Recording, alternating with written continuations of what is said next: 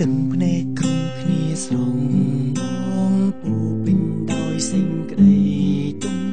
ហើយក្តីទុំទាំងនោះដិនជួមក្នុងចិត្តខ្មែរកំប្រាន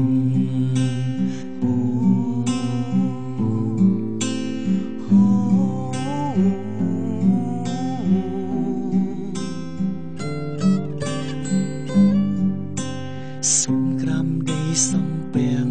ទ្រង់បងស្រន់ក្នុងដួងហារតីសូមឋានសួគ៌លីបើងទ្វាររងចាំទទួលទ្រង់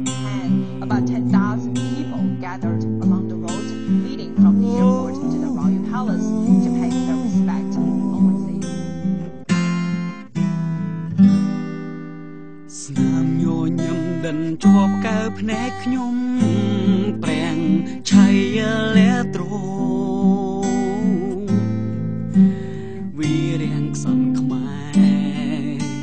ក្បួនដងហែកាន់ទងដ៏ក្រៀមក្រំ